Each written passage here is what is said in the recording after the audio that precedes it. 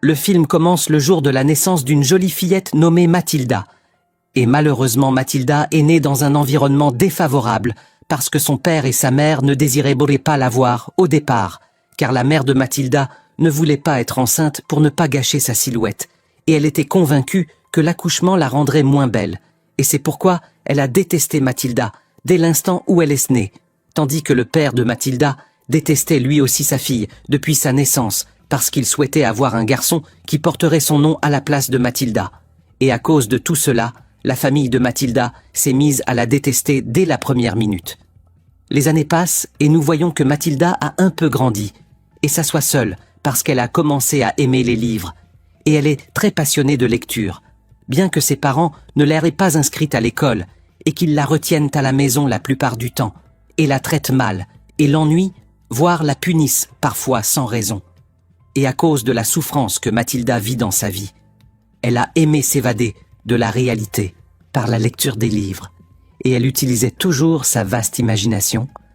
Mathilda rentre à la maison, après être allée à la bibliothèque, pour emprunter des livres comme à son habitude, et dès son arrivée, son père et sa mère continuent de l'ennuyer jusqu'à ce qu'un inspecteur de l'école du quartier vienne parler à la famille de Mathilda pour savoir pourquoi Mathilda ne vient pas à l'école comme les autres enfants du quartier. Les parents de Mathilda mentent à l'inspecteur et disent qu'il lui donnait des leçons à la maison. Et avec l'inspecteur se trouvait une enseignante de l'école appelée Honey, et elle laissa la famille parler avec l'inspecteur et alla parler à Mathilda, et lui demanda si elle apprenait vraiment à la maison, comme le disaient ses parents. Alors Mathilda fut contrainte de confirmer les propos de ses parents et dit qu'elle étudiait bien à la maison, afin qu'ils ne la punissent pas après le départ de l'inspecteur et de l'enseignante.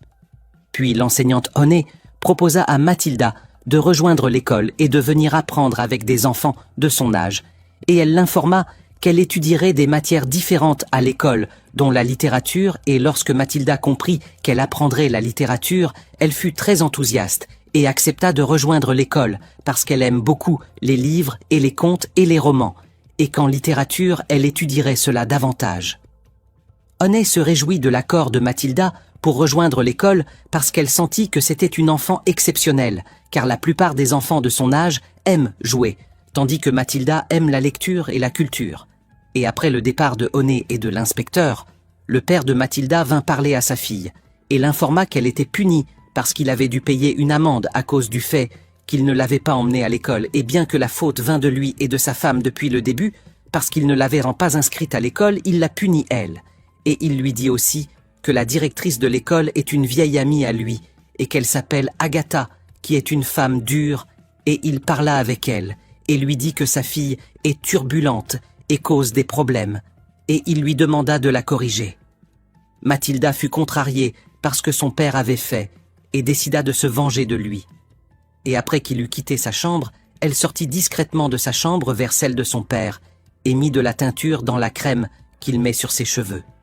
Et quand la nuit arriva, son père appliqua la crème et sa chevelure fut abîmée et devint verte, et il fut certain que sa fille Mathilda en était la cause, mais il ne trouva pas de preuves contre elle, et la relation de Mathilda avec sa famille devint comme s'ils étaient des ennemis en guerre. Et le jour suivant, Mathilda était très enthousiaste car ce jour était son premier jour à l'école, et elle sentait qu'elle se ferait beaucoup d'amis et qu'elle apprendrait davantage sur la littérature, et elle ne savait pas ce qui l'attendait là-bas. Mathilda alla à l'école, et l'enseignante Honey la conduisit dans sa classe, et la première recommandation de Honey fut la nécessité de respecter les horaires, car la directrice Agatha n'aime absolument pas le retard. Puis Honey essaya d'aider Mathilda à s'intégrer avec les enfants de la classe, et lui demanda d'effacer le tableau, parce qu'il y avait dessus des problèmes de mathématiques écrits. Mais Mathilda ne comprit pas son intention et alla résoudre les problèmes de mathématiques. Et la surprise fut que les problèmes de mathématiques étaient là très difficiles, et bien au-dessus du niveau scolaire de Mathilda et Honey, fut émerveillée par son intelligence et son génie, surtout que c'était la première fois qu'elle allait à l'école et que c'était son premier jour là-bas. Après la fin du cours, Honey alla parler à la vieille directrice au sujet de Mathilda et informa Agatha qu'elle avait une élève géniale qui s'appelle Mathilda. Mais Agatha ne s'y intéressa pas et se rappela que le père de Mathilda avait dit qu'elle était turbulente et qu'il fallait la corriger. et il semble clair qu'Agatha est nerveuse et effrayante, et pas seulement une directrice d'école, et son intention envers Mathilda est mauvaise. Et après l'école, Mathilda rentra à la maison et demanda à sa mère si elle lui permettait de lui raconter son premier jour à l'école. Mais sa mère fut très dure avec elle et refusa de l'écouter. Et elle soumit la chose à son père, et il s'emporta contre elle, et prit son livre scolaire et le déchira devant elle. Et Mathilda fut très triste, et ramassa les feuilles déchirées, et les emporta dans sa chambre pour essayer de les coller avec de la colle. Et après avoir réparé le livre, elle décida de se venger de son père une nouvelle fois en mettant de la colle dans son chapeau. Le jour suivant, Mathilda alla à l'école et remarqua à quel point les élèves avaient dit peur de la directrice Agatha.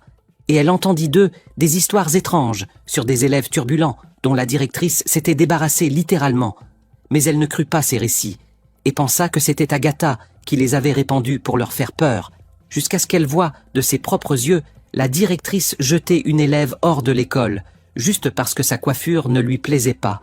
Et Mathilda ne crut pas ce qu'elle avait vu, et elle commença à avoir peur d'Agatha, surtout après que la directrice lui eut parlé et l'informa qu'elle n'attendait qu'une seule faute d'elle pour appliquer une punition sévère à son égard. Et à partir de ce moment, Mathilda comprit que ses jours à l'école ne seraient pas agréables parce qu'elle y souffrirait comme à la maison et peut-être davantage. Mathilda rentra à la maison et trouva ses parents en difficulté, tandis qu'ils essayaient d'arracher le chapeau collé à la tête de son père à cause de la colle. Et elle fut très heureuse, et le jour qui suivit, Mathilda alla à l'école et l'enseignante Honey vint lui parler et l'informa qu'elle savait qu'elle était une élève géniale et que son esprit dépassait de beaucoup son âge. Et c'est pourquoi elle décida de l'aider en lui donnant des livres de classe supérieure à la sienne, pour qu'elle les étudie, et elle l'aiderait à comprendre ce qui lui paraîtrait difficile. Et Mathilda se réjouit et étreignit Honey, parce qu'elle était la première personne à la traiter avec bonté. Mais leur conversation fut interrompue par la directrice Agatha, qui entra pour punir un petit garçon qui avait volé un morceau de gâteau de son bureau. Au lieu de punir le garçon, Agatha annonça devant les élèves qu'elle lui donnerait une seconde chance, et elle lui apporta un grand gâteau et lui promit que s'il parvenait à tout manger, elle lui pardonnerait, et le garçon réussit à manger tout le gâteau, et il pensa qu'il obtiendrait le pardon. Mais la surprise fut que la directrice décida de ne pas tenir sa promesse, et le punit aussi. Et tout le monde regardait ce qui se passait, et personne n'osait parler. Sauf Mathilda, qui intervint et dit à la directrice qu'elle lui avait promis de lui pardonner, mais qu'elle mentait si elle ne tenait pas sa parole. Et Agatha fut choquée parce que Mathilda fut la première à oser se dresser contre elle. Et elle se sentit gênée et humiliée, et dit qu'elle réglerait le compte de Mathilda plus tard, puis elle emmena le garçon pour continuer sa punition. Après l'école, Mathilda s'assit avec la bibliothécaire, à qui elle emprunte toujours des livres, et Mathilda composait des histoires et des romans, et les racontait à la bibliothécaire, et à chaque fois celle-ci admirait son imagination et son intelligence, et cette fois elle fut plus émerveillée que jamais, et lui dit que ses parents avaient eu de la chance d'avoir une enfant géniale comme elle, et Mathilda lui dit que ses parents étaient fiers d'elle et la louaient partout, et il s'avéra qu'elle lui mentait, parce qu'elle cachait que ses parents ne l'aiment pas et ne la traitent pas bien, et personne ne connaissait la réalité de la souffrance de Mathilda. Et cela l'attristait et blessait son âme, surtout qu'elle souhaitait être une enfant normale, aimée par ses parents, mais cela n'arriva pas.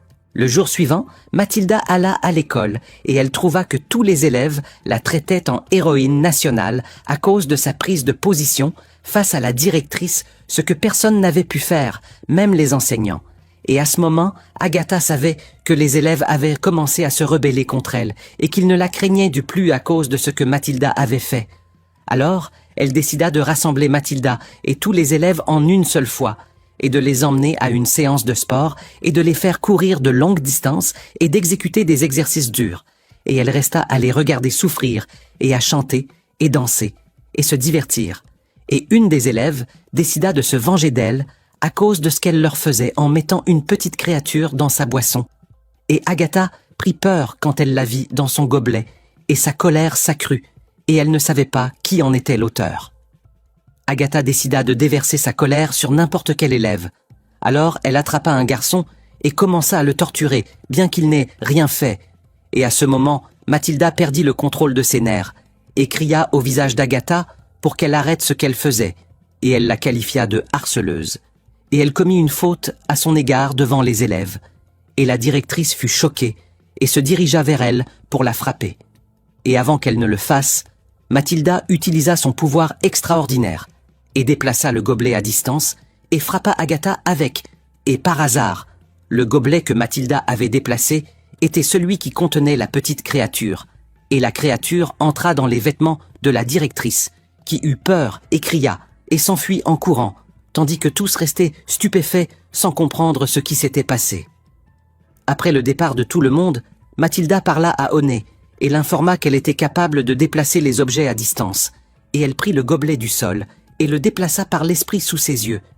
Et Onet fut choquée et émerveillée, et n'en crut pas ce qu'elle voyait, puis elle l'emmena chez elle et sur la route. Onet lui demanda si elle ressentait une douleur lorsqu'elle utilisait son pouvoir. Et Mathilda lui dit qu'elle ne sentait pas de douleur, mais une sensation étrange, particulière et belle. Puis elles arrivèrent à la maison de Onet, qui était une petite et vieille cabane, et Mathilda s'étonna et lui demanda si son niveau de vie était mauvais, parce qu'elle vivait dans une vieille cabane. Puis Onet commença à lui raconter sa vie, où elle lui dit que sa mère était décédée quand elle était petite et qu'elle avait vécu avec son père dans le bonheur. Puis il mourut peu de temps après, et sa tante devint sa tutrice, mais elle la traita avec dureté et laideur. Quand elle grandit et devint enseignante, sa tante lui demanda tout l'argent qu'elle avait dépensé pour elle, et lui prit la maison sous prétexte que le père de Onet l'avait écrite à son nom avant sa mort, et qu'elle hébergeait Onet par pitié seulement, et Onet fut chassé, et il ne lui resta que cette vieille cabane pour y vivre au lieu de la rue. Et après longtemps, elle découvrit que son père n'était pas mort de mort naturelle, et elle en déduisit que sa tante l'avait tué, et Mathilda fut touchée par l'histoire de Onet, et se rapprocha d'elle davantage, surtout après avoir su que Onet avait souffert dans son enfance, comme elle souffre maintenant, et qu'il y a entre elles beaucoup de points communs, et la surprise à laquelle Mathilda ne s'attendait pas fut que la tante de Onet était Agatha, la directrice de l'école. Mathilda décida de se venger d'Agatha à cause de ce qu'elle avait fait à Onet, qui essaya de l'en empêcher, et l'informa qu'Agatha est méchante et dangereuse et qu'elle pourrait lui faire du mal. Mais Mathilda lui expliqua qu'elle possède un pouvoir extraordinaire et qu'elle est bien plus dangereuse qu'elle. Puis elle la laissa et retourna chez elle, et fut surprise de voir ses parents préparer leurs valises, et elle leur demanda ce qui se passait, et elle découvrit que les personnes que son père avait escroquées dans l'affaire étaient de la mafia, et qu'il lui avait donné un délai de 24 heures pour rendre l'argent, sinon il l'éliminerait, lui et sa famille. Et comme le père de Mathilda avait dépensé tout l'argent, il décida d'emmener sa famille et de s'enfuir rapidement. Et Mathilda fut choquée et essaya de le convaincre qu'elle ne pouvait pas quitter ses amis, mais ils ne prêtèrent donc pas attention à ses paroles et lui ordonnèrent de préparer sa valise. Puis Mathilda monta dans sa chambre choquée et triste sans rien pouvoir faire.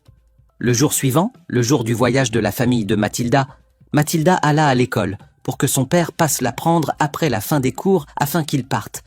Et quand Mathilda arriva, elle trouva qu'Agatha avait préparé une interrogation surprise pour en faire un prétexte afin de punir les élèves et de les torturer. Mais aucun élève ne se trompa. Alors Agatha décida de punir une fille sans raison. Et là, les élèves décidèrent tous de coopérer et de se dresser contre Agatha pour arrêter ce qui se passait. Mais la surprise fut qu'Agatha perdit la raison et décida de les punir tous en une seule fois. Et avant qu'elle ne le fasse, Mathilda entra et utilisa son pouvoir extraordinaire et commença à affronter Agatha et à la torturer à distance. Et à la fin, elle la projeta au loin et fit prendre à Onet les clés de l'école et de la maison. Mathilda força Agatha à s'enfuir du lieu terrifiée parce qu'elle ne savait pas quelle chose cachée la torturait et personne ne sut que c'était Mathilda qui avait fait cela. Puis les élèves se rassemblèrent et se mirent à chanter et danser en célébrant leur victoire sur Agatha.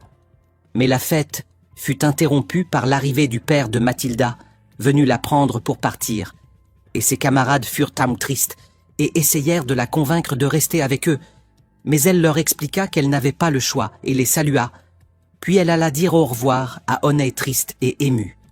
Et après l'adieu, Mathilda se dirigea pour monter en voiture avec ses parents, mais avant qu'ils ne démarrent, Onet les arrêta et demanda à la famille de laisser Mathilda avec elle, et elle leur promit qu'elle s'occuperait d'elle et l'élèverait comme sa fille. Le père de Mathilda fut surpris et demanda à sa fille si elle souhaitait rester avec Onet, et Mathilda accepta avec joie, et son père accepta aussitôt, et sa mère accepta aussi, parce qu'ils ne la voulaient de toute façon pas avec eux et souhaitaient les s'en débarrasser. Puis Mathilda alla faire ses adieux à son père et lui retira son chapeau de la tête, parce qu'il n'avait pas réussi à l'enlever jusque-là à cause de la colle. Puis il la laissa et monta avec sa mère, et ils partirent, tandis que Mathilda courut vers Onet et l'enlaça parce qu'elle allait vivre avec elle et avec ses camarades et ses amis. Puis Onet et Mathilda allèrent ensuite à la maison de Onet, qu'Agatha lui avait prise depuis des années, et elles commencèrent à changer l'aspect de l'école et à faire des rénovations pour qu'ils vivent tous ensemble dans le bonheur, comme s'ils étaient une seule famille.